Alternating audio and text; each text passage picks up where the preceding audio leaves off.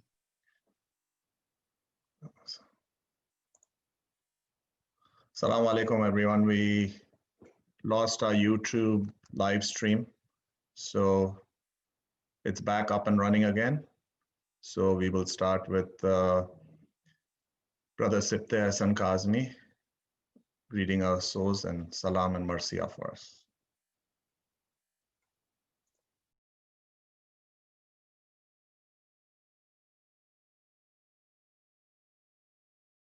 آواز بلند سلوات.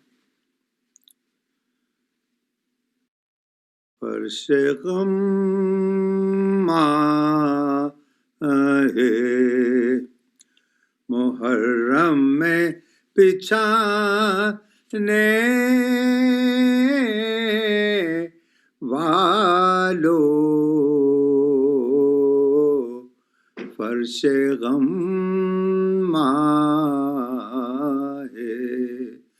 محرم میں بچھانے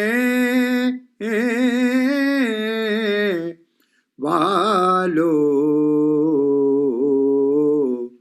پرسے مادر شبیر کو آنے والو پرسے ماتم پرسے مادر شبیر کو آنے والو تم کو اللہ کسی غم میں نہ رلائے کبھی اشک شبیر کی الفت میں بہانے والو تم کو اللہ کسی غم میں نہ رلائے کبھی اشک شبیر کی الفت میں بہانے والو فرش غم ماتم. سلام کے چند شعر پیش کرتا ہوں. جناب راجہ صاحب محمود آباد کا کلام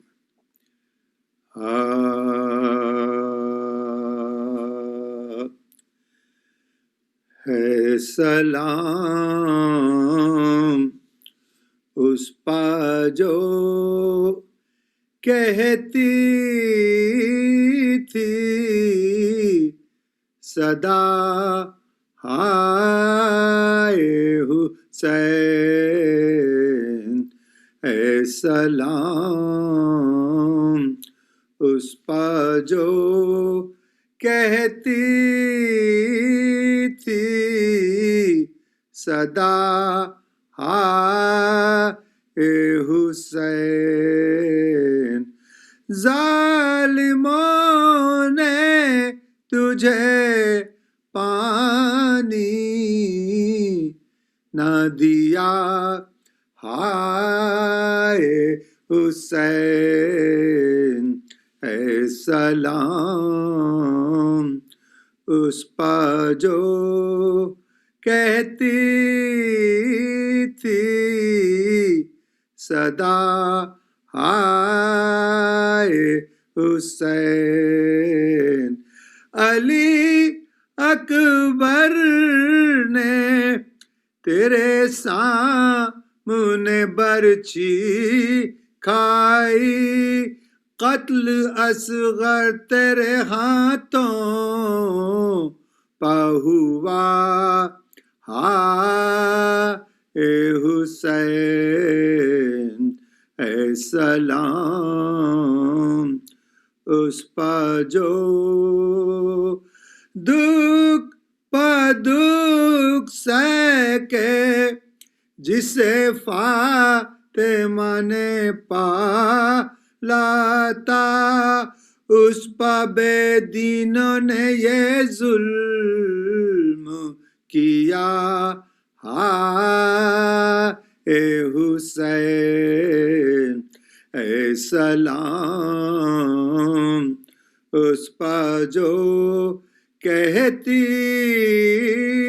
تھی صدا اے حسین نہ رہا کوئی جنازے کا اٹھانے والا تن زخمی تیرا تیروں پا رہا اے حسین اے سلام اس پر جو کہتی تھی صدا اے حسین گھوڑے دوڑائے لعینوں نے تیرے لاشے پر جیسے تو سبط پیمبر ہی نہ تھا اے حسین اے سلام اس پر جو جل گئے خیمے چھنی چادر سامان لٹا بعد تیرے ہوئی ہم پر یہ جفا اے حسین اے سلام اس پر جو کہتی تھی صدا اے حسین جس جگہ خیمہ زینب تھا وہاں سے اب تک رات کو آتی ہے کانوں میں صدا اے حسین اے سلام اس پر جو کہتی تھی صدا سے شمر بے دین نے کچھ اس طرح سے گوہر چینے خون کانوں سے سکینہ کے بہا اے حسین اے سلام اس پر جو کہتی تھی صدا اے حسین ظالموں نے تجھے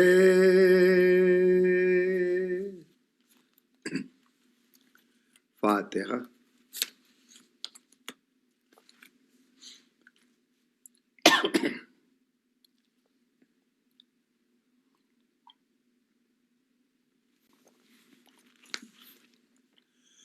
جب توق و سلاسل میں مسلسل ہوئے عابد غم مثل ہلال شب اول ہوئے عابد اس شکل سے راہی سوئے مقتل ہوئے عابد آدھا تو چڑھے گھوڑوں پا پیدل ہوئے عابد آدھا تو چڑھے گھوڑوں پا پیدل ہوئے عابد رانڈوں میں تو محبوسی ہے سجاد کا غل تھا ہر گام پا زنجیروں کی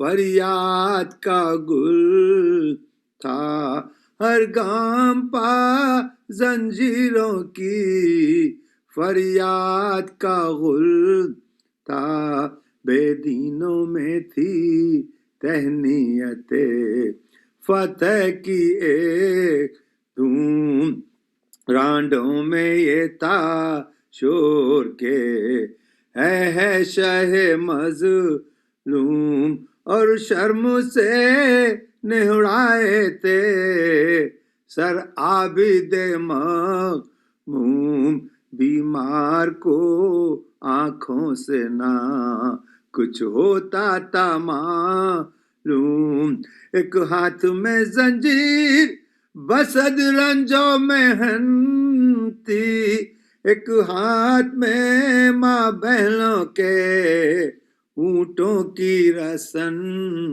تھی ایک ہاتھ میں ماں بہنوں کے اونٹوں کی رسن تھی پھپھیاں سرے ناقا نظر آتی تھی کھلے سر ہاتھوں سے چھپائے ہوئے منہ روتی تھی ماں در بے پردہ تھی ایک رات کی بیاہی ہوئی خواہر چچیاں تھیں اسم بوہو میں بے مقنا و چادر چچیاں تھیں اسم بوہو میں بے مقنا و چادر ناموں سے محمد پا تو یہ ظلم و ستم تھا اور سامنے سر باپ کا نیزے پہ علم تھا اور سامنے سر باپ کا نیزے پہ علم تھا اس شکل سے صحرا میں پڑے تھے وہ دلاور جس طرح مراقہ کہیں ہو جاتا ہے تر سوتے تھے کہیں خاک پا دو بھائی برابر دولہا کوئی پامال تھا گھوڑوں سے سر بندے کوئی پہنے ہوئے پیارا سا پڑا تھا ریتی پہ کوئی طفل ستارہ سا پڑا تھا ریتی پہ کوئی طفل ستارہ سا پڑا تھا سوتا تھا لبے نہر کوئی ہاتھ کٹائے تھا خواب اجل میں کوئی پھل برچھی کا کھائے تھے جسم لہو میں عوض غسل نہائے اتنا بھی نہ تھا کوئی کہ قبریں بھی بنائے دم نکلے تھے مشکل سے کہ وہ تازہ جوان تھے بالائے زمین پاؤں رگڑنے کے نشان تھے بالائے زمین پاؤں رگڑنے کے نشان تھے تھا بیچ میں ان لاشوں کے ایک لاشائے بے سر گردن میں نما یا کہیں جگہ خطۂ خنجر تھا نیزوں کی کثرت سے یہ حال تن ہر جس طرح آیا خاروں ساہی کے بدن پر بخشا تھا سر عرش نشے منجو خدا نے پر کھولے تھے اس اوج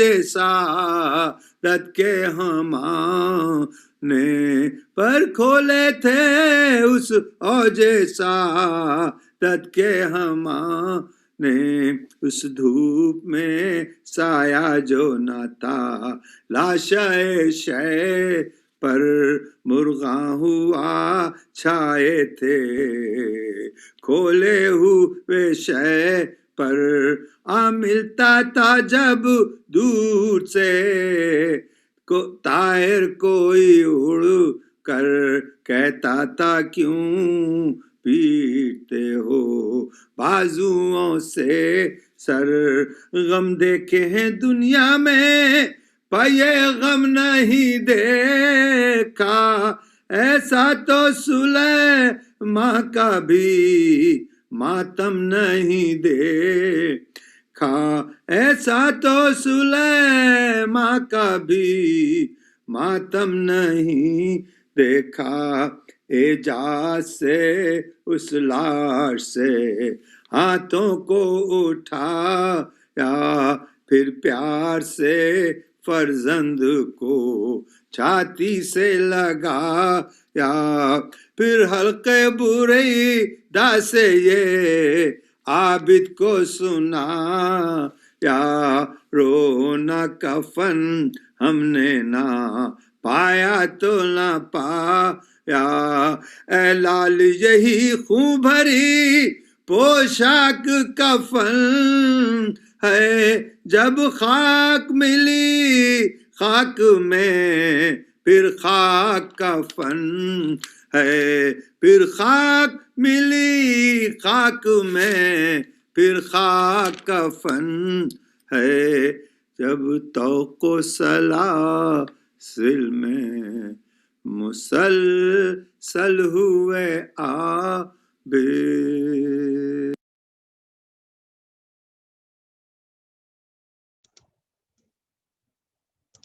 Jazakallah, Ehsan Bhai.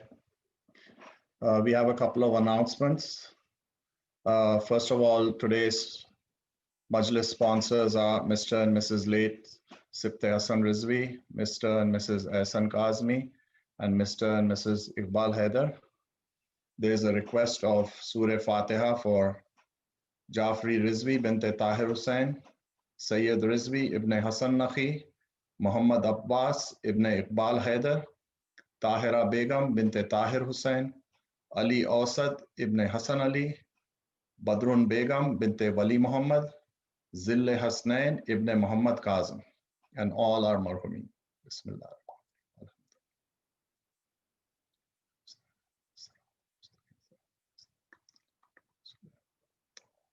Bismillah.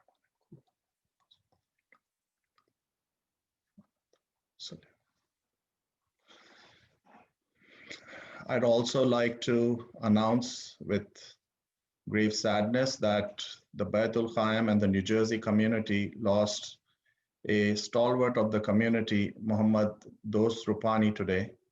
So request everyone to please pray for his maghfirat and recite a Surah Fatiha for him. Bismillah.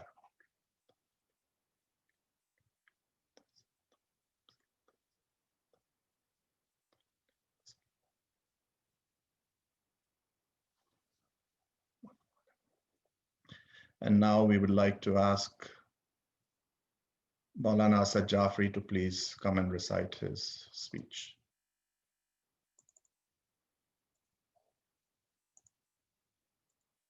الرحمن الرحيم الحمد لله الذي لا يبلغ مدحته القائلون ولا يحصي نعماءه العادون ولا يؤدي حقه المجتهدون الذي لا يدركه بعد الحمم ولا يناله غوص الفطن ثم الصلاة والسلام على أشرف الأنبياء والمرسلين حبيب قلوبنا وطبيب نفوسنا والشفيع ذنوبنا سيدنا ومولانا أبي القاسم محمد.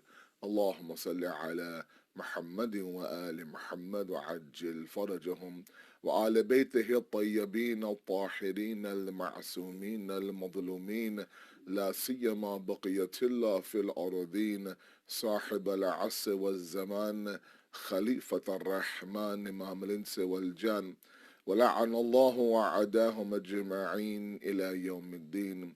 أما بعد فقد قال الله وقوله الحق. بسم الله الرحمن الرحيم. إن الذين آمنوا والذين هاجروا وجاهدوا في سبيل الله أولئك يرجون رحمة الله. صدق الله العلي العظيم. اللهم صل على محمد وآل محمد وعجل فرجهم. Our discussion yesterday, post Ashura, was looking at this concept of change and converting the enlightenment that we feel in the first 10 days, the spark, the emotion, the sense of life that we feel, into somewhat of a semi-permanent change, where it doesn't just last 10 days. It doesn't fade away the moment that Ashura comes and goes. And every year now, we have this opportunity now to kind of restructure, rebuild our lives when the new Islamic calendar begins.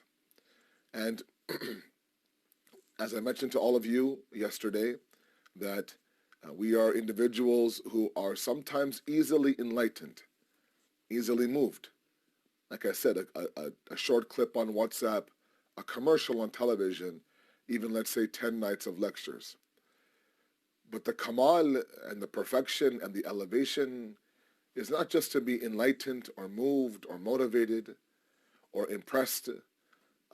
It is to actually ignite change, to use those sparks and use those moments to be a catalyst for change. Now, we talked about why it's so hard to change yesterday. We talked about the idea that you first have to accept the fact that I need changing. That alone sometimes takes many years, if not a lifelong process to understand. And then more importantly, I had mentioned to all of you last night that surrounding yourself with the right people is important. And I talked about spouse selection, albeit a very, very brief discussion, that there's a reason why Islam now highly emphasizes taqwa and piety being the number one quality inside of a potential spouse, because ultimately this is going to be your travel companion, your life partner, the one who should be able to ignite that change and ensure that that change is permanent. And equally you, of course, as their spouse should do the same. And then I talked about the idea that sometimes our ujb, our self-conceit, our narcissism, that also blocks our need to change. In order for us to say that I need to change, we have to first say that something about me is deficient. Okay, and not all of us are ready to do that. And tonight in my last lecture, and I'm thankful to all of you for allowing me to spend some time with you in the first 12 nights of Muharram. May Allah accept our gham and our grief. I am always honored when all of you give me the respect that you give me. And I pray that Allah accepts all of our efforts in these past 12 nights. To the AV teams, to those who made the best of this COVID Muharram and still somehow tried to manage some form of familiarity and some form of normalcy in terms of the ibadah, to be it the soul salam, the nohas, the matam, etc. May Allah accept your efforts. May Imam Hussein be radhi with you, all of you, inshallah. It's not easy, I know. All of you have your own respective work to do and your own respective families, but to present all of that to the community in a flawless fashion, that's commendable. And tonight being our last discussion, our last lecture, just in time for my voice, alhamdulillah. I have a little bit of it left, so we'll try to get through this by holding on to my voice. I want to speak about the idea of the first step, maybe 2 steps, depending on how much I get through, on making the change a little bit permanent.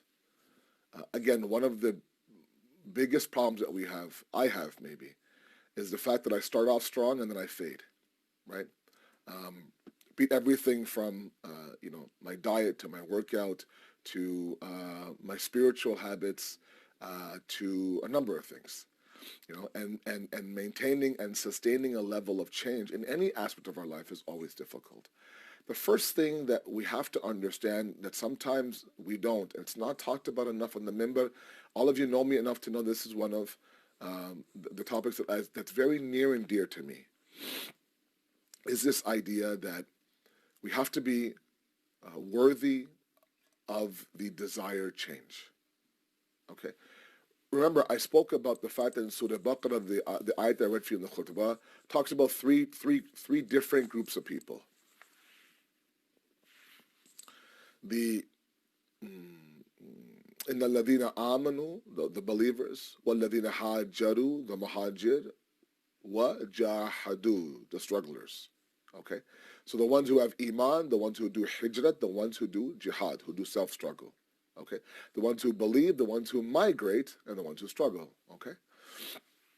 All of them, if they do it fi sabilillah, the verse says, they can be individuals, yarjuna rahmatullah. They actually can expect the hope of Allah subhanahu wa ta'ala. Okay?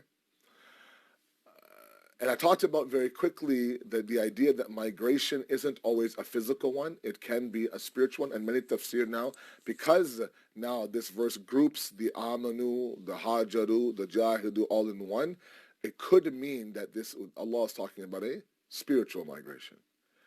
It can't just be a physical one. It has to be a spiritual one. That spiritual migration has to go from what's called mawjud to matlub, a sense of everyday creation to a desired state of creation. Okay? So very quickly now, mawjud is a very bottom base level, eat, sleep, work, repeat. Eat, sleep, work, repeat. Okay? That's creation, right? Just keeping your physical body alive. Okay? So ensuring you're sleeping properly, eating properly, your work, and that's it. There's no sort of, spiritual development or, going up the ladder of potential. That's a basic level of what's called mawjud in the world of philosophy. And then you go up one level. That migration happens to a level of what's called matlub. Okay, it comes from talaba. A talib al-ilm is one who seeks, right? Matlub is a desired state that we want to be in, right? So I'll ask myself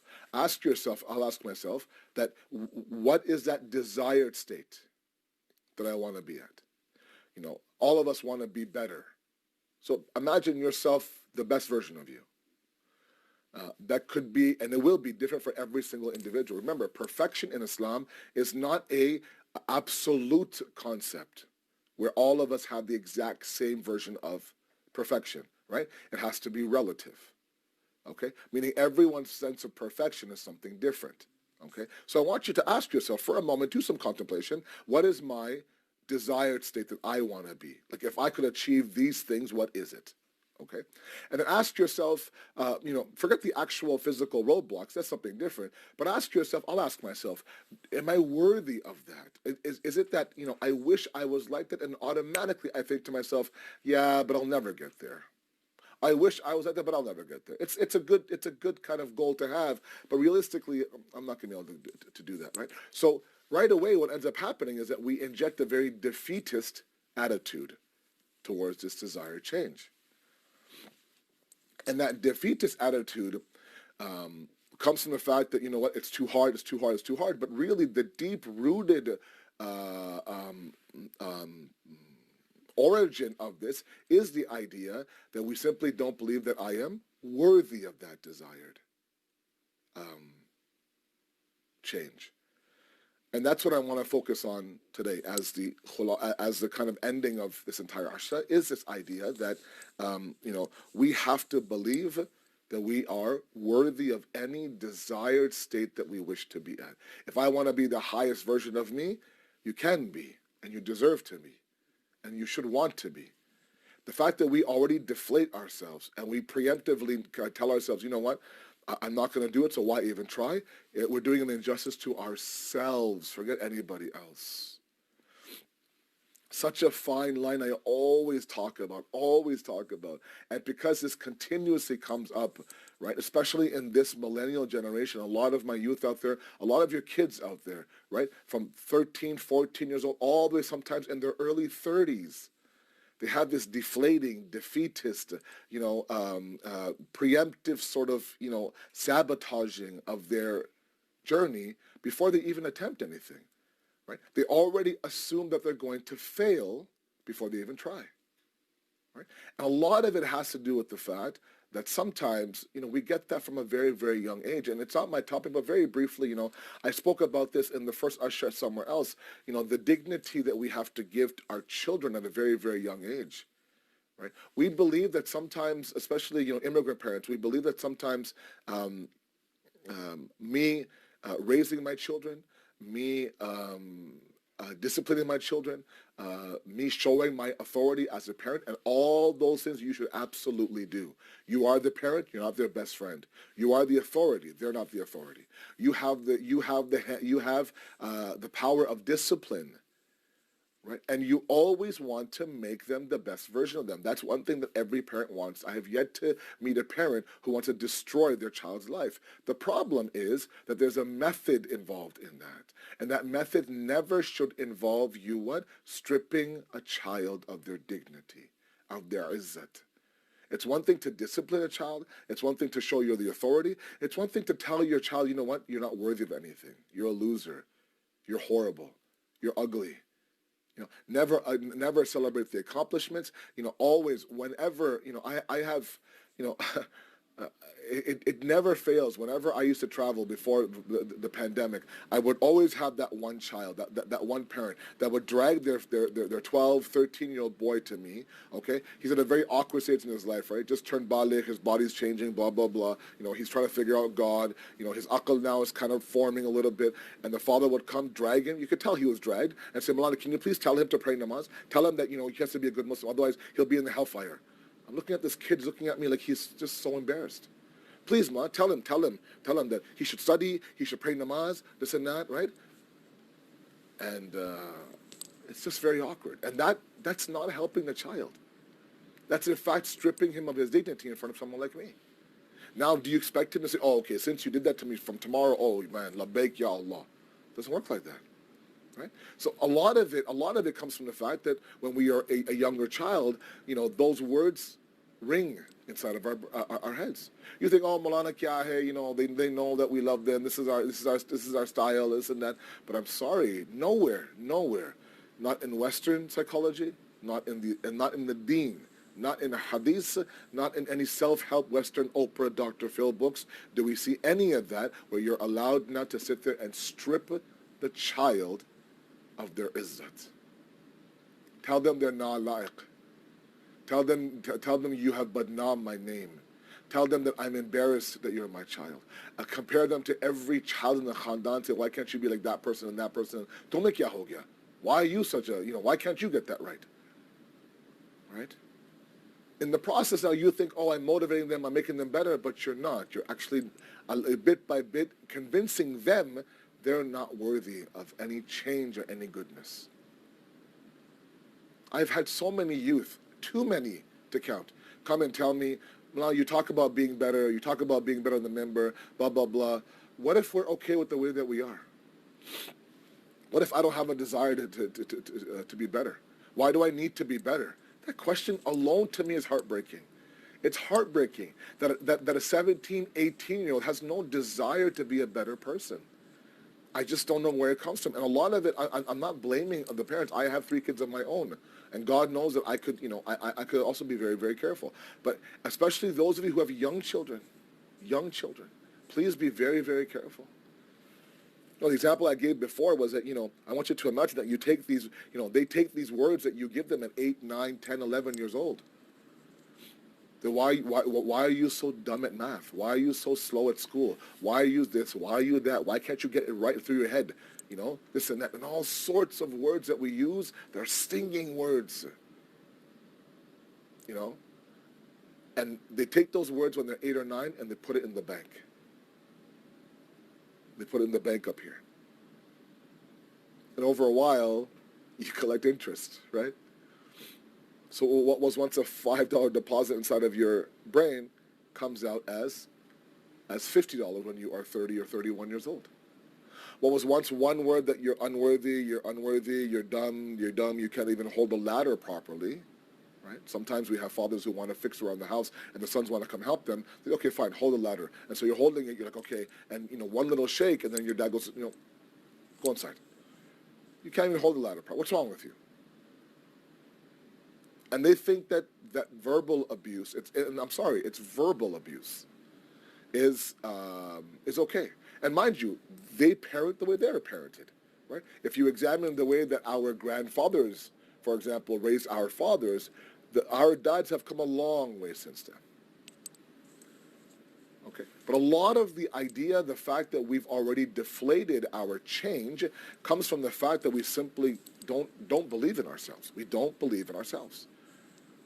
Right? And all those words sometimes that we were told we were 8, 9, 10 years old all come back as interest. And when we are 30, 31, when my boss says, you know what, I said, you didn't do this report properly, you're like, okay, you know what, I knew it. I'm a failure. Mom was right. Dad was right. I can't get anything right. So you quit. Right? The moment that a marriage goes a little bit sideways, you quit the marriage. And you end up quitting on yourself. And this defeatist attitude has no room for it in the deen. Okay? And we've always been presented the idea that the more zalil you are, the more pious you are. And I get it. There are du'as that, refer to us as, Abdul Faqiru, Zalil, Kha'is, Miskino, Mustaqim. All these things are there for sure. But that's a different dhalalat. That's a different wretchedness. That's a different level that we present ourselves in front of our master. But that's only after we've told ourselves that I'm worthy to enter the kingdom. Understand this point. It's very crucial. I need to understand and tell myself I'm worthy to be God's servant. I have every right now to accept his blessings. I have every right to worship that one entity that to me logically makes sense. Once I enter that kingdom of Allah, then I become the slave to him. Do you understand the difference? You can be a prideful servant of God. You can be a proud servant of God. You can be a self-worthy servant of God. Oh my God, the Ahlul Bayt, up and down. Imam Ali would say, there is no bigger sense of pride than the fact that I am your abd. Okay, he uses pride and slave in the same hadith. To be proud that I have enslaved myself to you. That pride comes from inside. It talks about self-worth, right? When Ibn Muljam struck him with the sword in the morning of the 19th of Ramadan, he announces his success. Right? Full story of Bil Kaaba. I am kamiyab. I am success. I am successful. Right? Why does he do that? Because he realized that I could have, at this dunya, threw everything at me. Every reason for me to sway off the path towards Allah. But, whether it be Saqifa, or whether it be my Fatima, or whether it be whatever the case may be, I stuck on the deen, on the path towards Allah. And on that path now, I become shaheed. That to him was success. That success is somebody who's proud of that success. Albeit as a slave of Allah subhanahu wa ta'ala. So understand the very delicate fine line of the idea of being a proud slave of Allah. There's pride and then there's enslavement. Both of them go hand in hand. The pride has to be there first.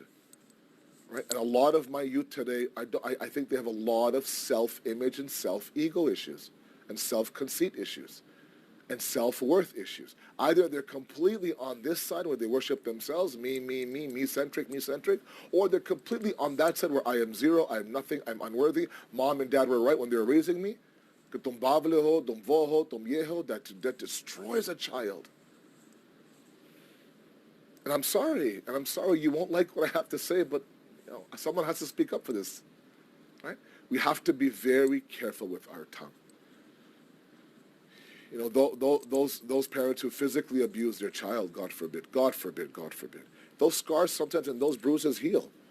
They can be hidden with a little concealer. But verbal scars are very hard to heal and very hard to hide. And they echo in your mind at the worst amount of times. And subconsciously, right? Subconsciously. They end up picking at your subconscious and saying, you know what, you're not good enough, you're not good enough, you're not good enough.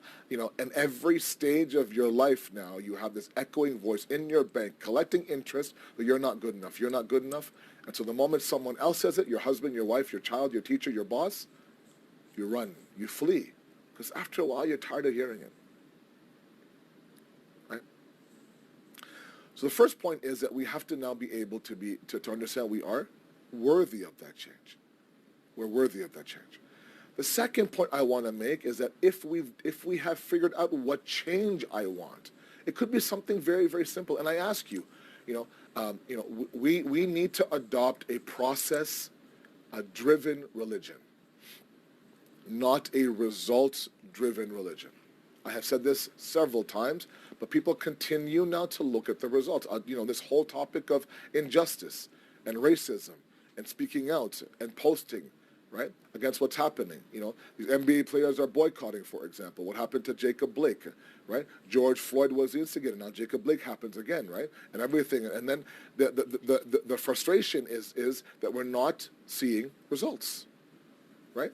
These cops continue to do what they're doing, okay? And these institutions continue to do what they're doing, and they don't see a point to it.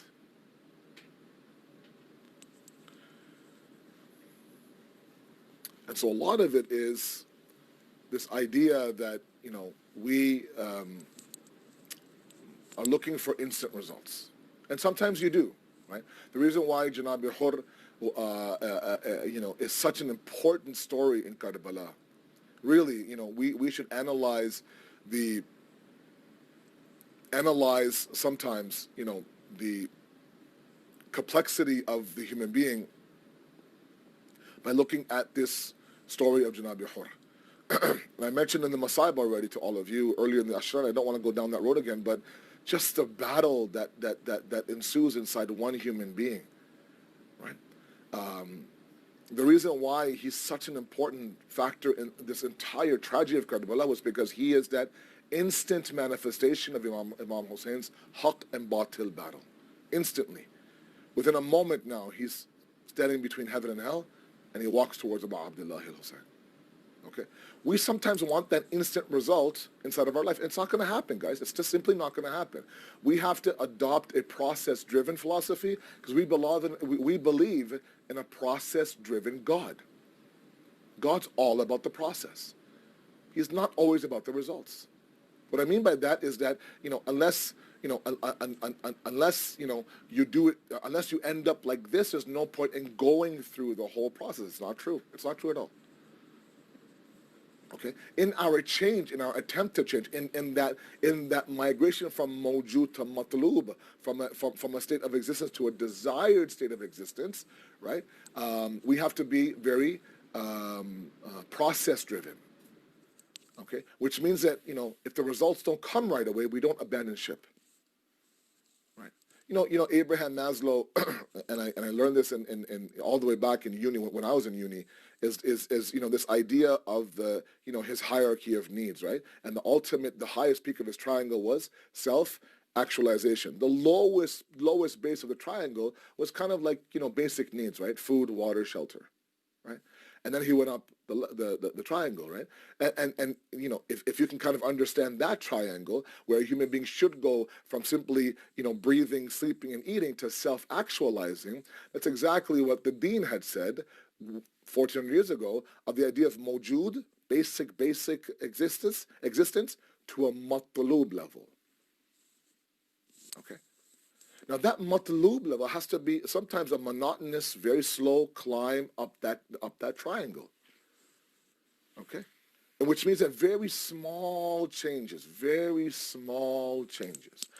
I'll give you an example. For example, Asad Bhai, I've never stopped to read tasbih after salat, for example. Okay. Starting from tomorrow, read tasbih after one salat. Not even after all five, just one. Just Zohar, that's it. Spend the 30 seconds and read tasbih. That's it. Okay. I, for example, I don't leave the house with wudu, for example. Okay. In your morning routine, and these are all things that you've heard 1,000 times. In your morning routine, when you wash your face, you brush your teeth, you do all that, take the 31 seconds and do your wudu. Okay. I don't want you going all the way to, Salatul Layl at 3 o'clock in the morning or one juz of the Quran, fasting 3 times a week. Whoa. Hold on. Let's not adopt the go big or go home concept that the West now shoves down the throat of our kids. What's the point of doing it if it's not going to be a huge impact, right? The deen is not about huge impact. Imam Ali says consistent, small acts of worship are far more accepted by Allah than large acts of worship done randomly, inconsistently. Okay, I've given the example many times. I'll give it to you one more time. We go camping, as you know. Okay, in fact, the family went just before Muharram. I thought once this marathon of Muharram begins, I thought, you know what, let's all go. So we all went camping, alhamdulillah, and it was the first time I had taken the family camping, and we all went. A few of us, a few families went together, all within our quarantine bubble. Don't worry. And we actually slept in tents for 2 nights and 3 days out in the camping. Like, this is not glamping, guys. It's actually camping. I mean, camping, it depends on who you ask, but there weren't cabins or hotels. I slept in a tent. Like, I pitched up a tent with someone else, and so it was great. I mean, there were challenges, of course, with three small kids, but it was great. Now, every night we would have a campfire, right? Just a family, marshmallows and the whole nine, and we would tell stories of the Ahlul Bayt, and it'd be very, very nice, a nice environment. And I remember, there was one person dedicated to the fire, and he loved to make the fire, and he made a great fire. And the first thing that we would tell all the kids to do is go around and make sure that you collect all the small twigs on the ground, small twigs. We would buy the big logs from the store, and we would kind of create this little area for the fire. So around the outside of the fire were these big logs. Inside of the big logs were these small little twigs that kids would collect and keep dumping them inside. You would first light, of course, the small twigs. The fire from the small twigs would catch fire on the big logs, and then voila. As hard as I tried one day to light the big logs, it wasn't going to work. And they would say, look, I said, it's not going to work. It has to catch the fire from the small twigs. Beautiful example, right? We're no different, right? We're looking for big, massive changes, big logs of fire. Sometimes we just need to get our small little twigs right and get those to change, and that will ignite bigger change. We go from getting our farada namaz down pat to now, of course, mashallah, reading Jamaat, right? We get the idea of maybe 5 verses a day of the Quran while you're waiting for your commute to school, or, well, no commute nowadays, but while you're waiting for your Zoom session to load, for example. 5 verses very quickly. Start the day off nice. 5 goes to 10, then 10 goes to 20, 20 to half a juz to 1 juz, and before you know it now, every month now, you're finishing 1 Quran. We cannot adopt a go big or go home concept, nor can we adopt this idea has to be results. I'm doing it for a week, I see nothing, forget it. Wait a second now. You just started, counting your calories. Give it a couple of months and the scale will drop. It will drop.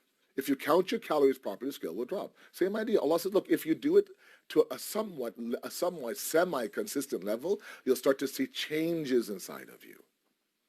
Now, what are those changes? I'm throwing a lot at you today, I'm sorry, and then we'll move towards Masaib in about 10 minutes, inshallah.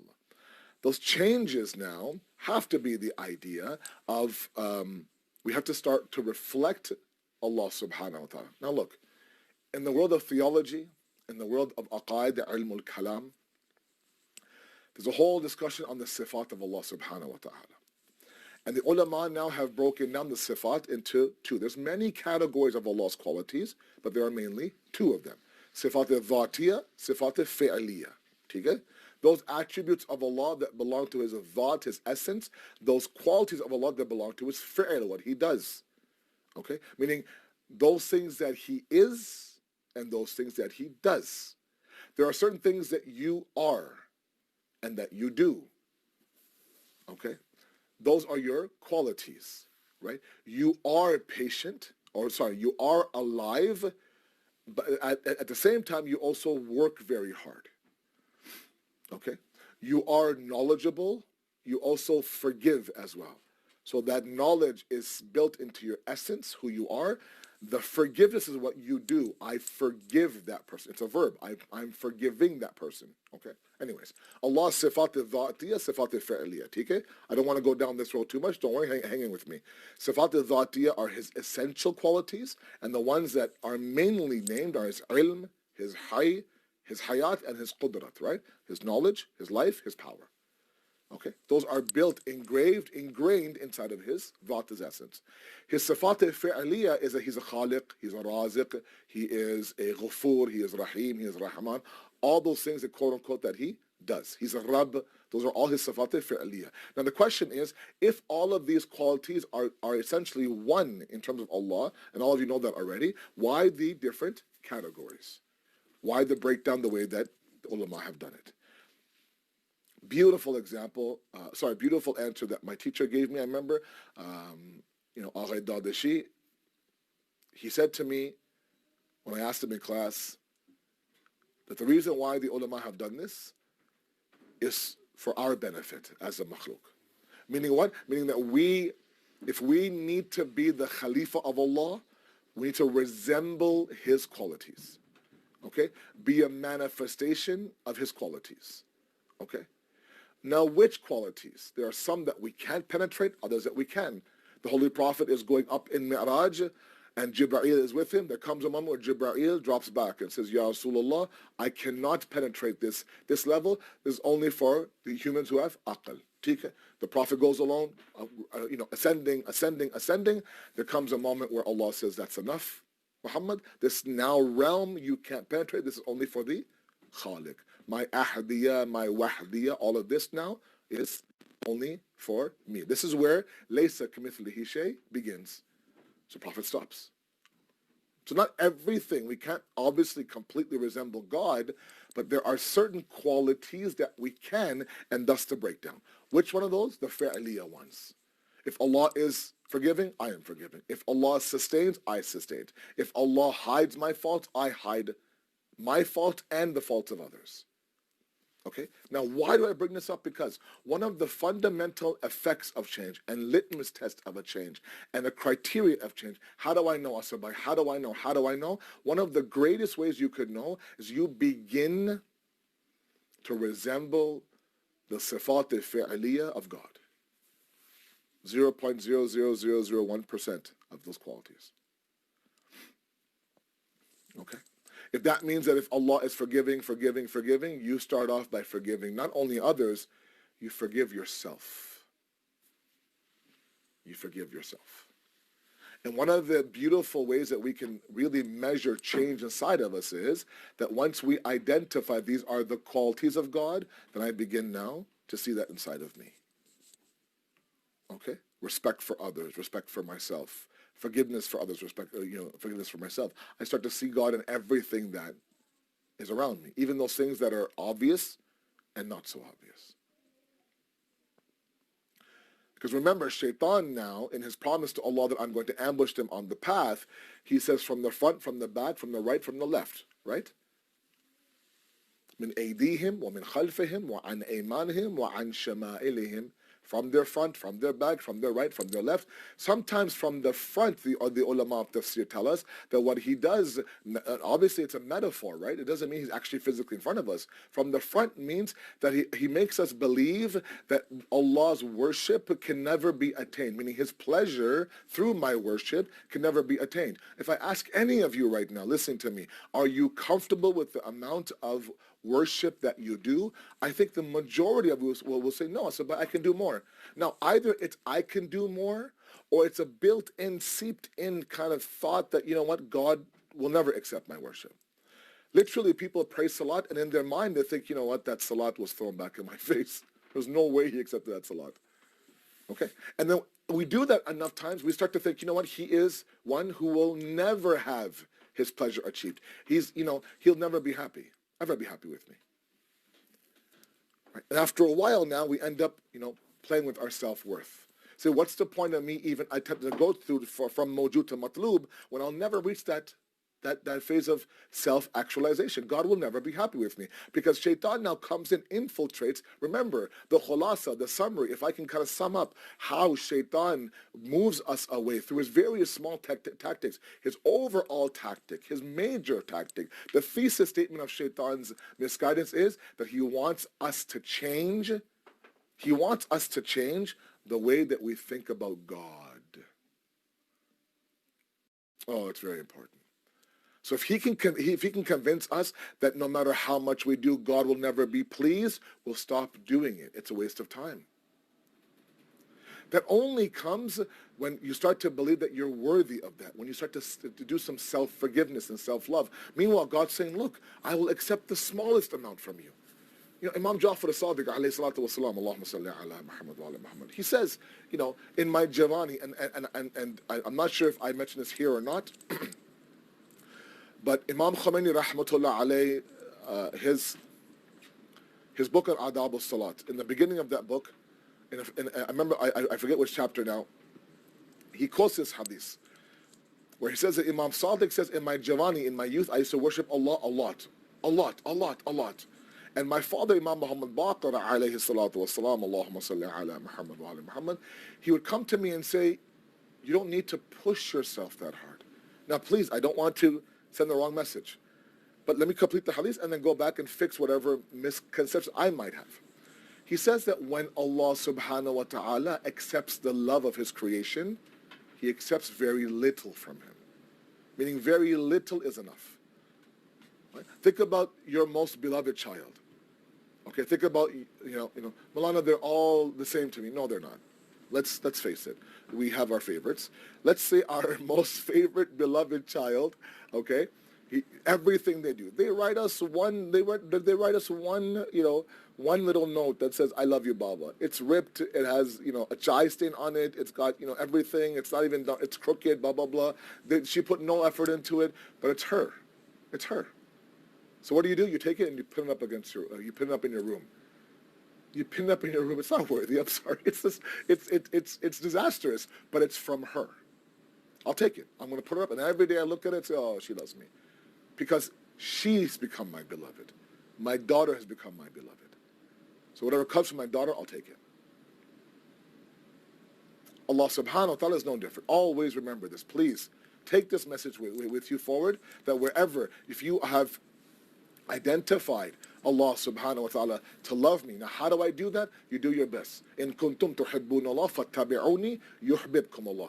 If you claim to love Allah, follow the Holy Prophet. When you follow the Holy Prophet, Allah becomes your mahbub, your beloved. Now I become the beloved of Allah when I continue now to tread the path of the Holy Prophet. Just continue with sincerity. Know that Allah accepts very little from you. Ya sari'ar ridha du'aikum. He's easily accepted. We just don't understand. We don't buy it. We don't accept it. I'm sorry. We think, oh my God, he wants this from me. It's so hard. It's not hard at all. Inna Allah la mutakallifin. Sorry, Inna Allah la yuhibbu al-mutakallifin. The Prophet says that Allah surely does not love the mutakallif. The mutakallif is the one who makes the deen harder than it should be. And sometimes we've mastered that process. Baba, it doesn't have to be hard. You know, Malana, I read Surah Mulk and Surah Yasin and Surah Rahman every night before I go to bed, but sometimes I'm just sleepy. I'm just falling over, and sometimes literally I catch myself with my cheek on the Quran. I wake up and I try to get through it. You know, it's hard. My eyes are burning. I've had a long day. You know, do I have to get through the surahs? No, you don't. You don't. If you can't, if you're not tired, it's okay. The basic bottom point is your wajibat, is your fara'id. You add the mustahab, that's fine, no problem. It's okay. But only add it when you're ready. Standing up, let's say there are people in the month of Ramadan, I always give the example, the people in the month of Ramadan who always call me and say, look, my mother can't fast. The doctor said you can't fast, you're diabetic, you need something to eat every 2 hours. But she's keeling over. She's almost passing out. It's 6 p.m. It's 3 hours still until iftar. Can I open her fast? I go, Baba, if she's passing out in front of you, please open her fast. And as much as I tried to tell the auntie, look, auntie, ab mat rakhiye roza, please, don't fast. She goes, nahi, wajib hai beta, aapke liye wajib nahi hai, it's not wajib on you. They don't understand. That's someone who is making the deen hard, and it doesn't come from an evil place. But it's the idea that, oh my God, if I don't do this, God won't accept my actions. Okay? After a while, you think, you know what? This entity of God will never accept my actions, so why even change? Forget it. I wrap it up. I am the way I am. I said, bhai, he takes it or he leaves it. That's the problem that I have sometimes. Let's be fair to ourselves. Let's view ourselves the way God views us.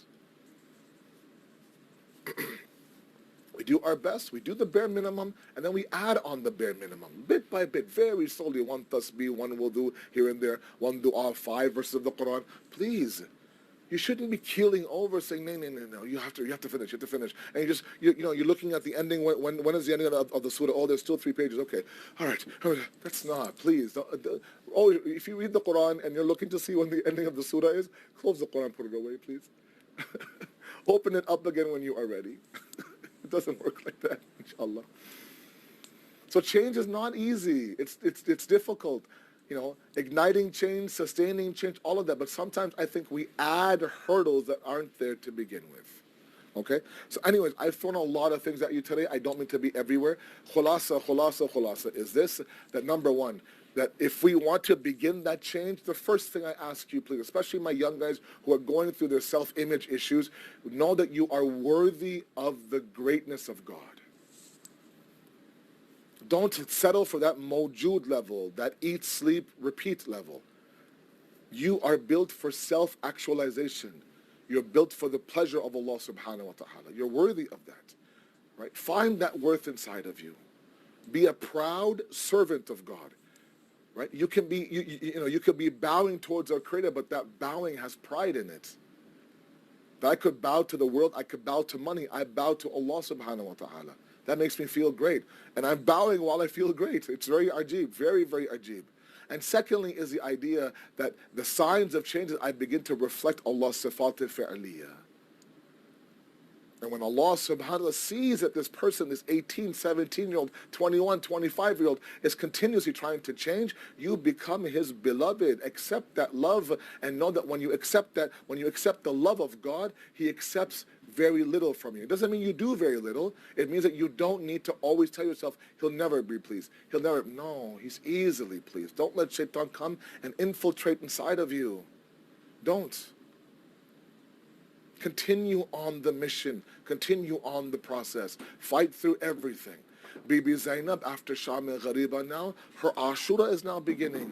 We think for a moment that the first 10 days are over, that's it. Let's go back to our lives. Let's take down the black chadars. Everything is done. Alhamdulillah, ho gaya sab kuch. No, I always say that after Asr Ashur, when we cry for Imam Hussein, this heaviness inside of my heart now is gone. I'm enlightened. I feel a little bit better. Why? I cried for Hussein. I did my Sham al-Ghariba. You wake up on the next morning after Ashura, you think, oh, it feels good.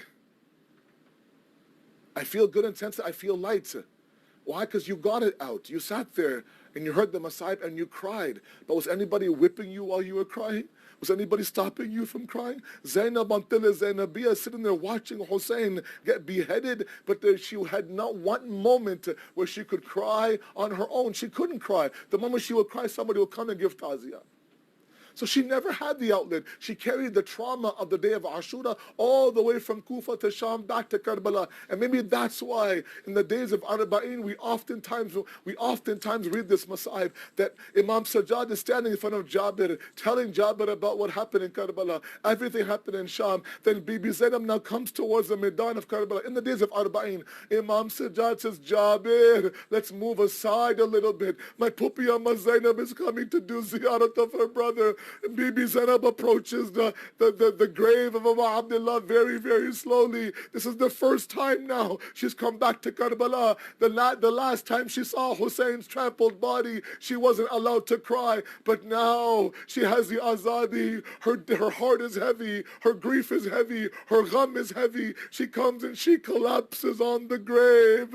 Bhaiya, kab se main bechain hu. How many times have I waited now to cry for you, to cry for you, to cry for you. This is Zainab now, who's getting ready to go towards Kufa and Sham now. She's mounted everybody on the horse, but there's nobody there. There comes a moment now in the history where Imam Ali alayhi salatu wasalam, the poison now has gone through his entire body. The tabib, the doctor, the hakim has come and says, Mawla, now the poison has reached every part of your body, every part of your body. There's only a few hours left. Give your nasihat, give your nasihat. He takes it, he calls Zainab, sits her beside him. Zainab, this is that Kufa that you will go through a lot in. You will go through this, you'll go through this, you'll go through this. As you go through every single musibah, be patient, Zainab.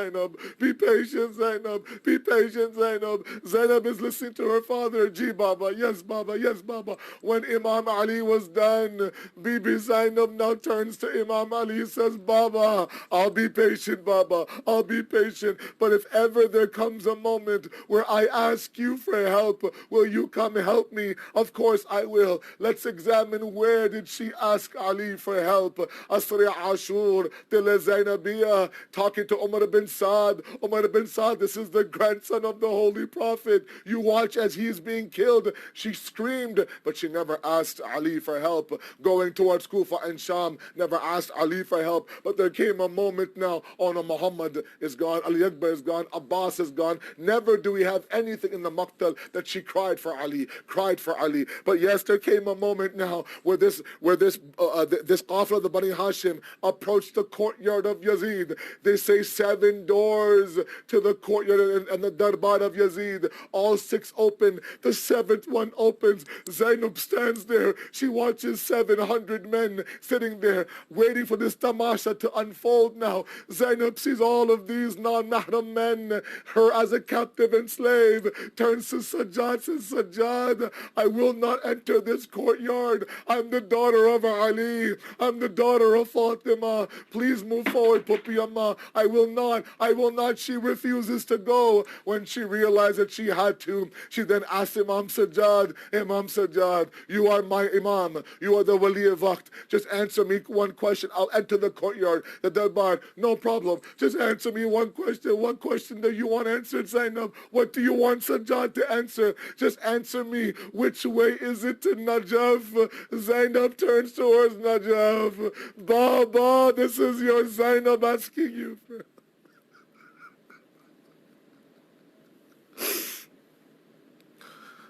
سيعلم الذين ظلموا أي منقلب ينقلبون.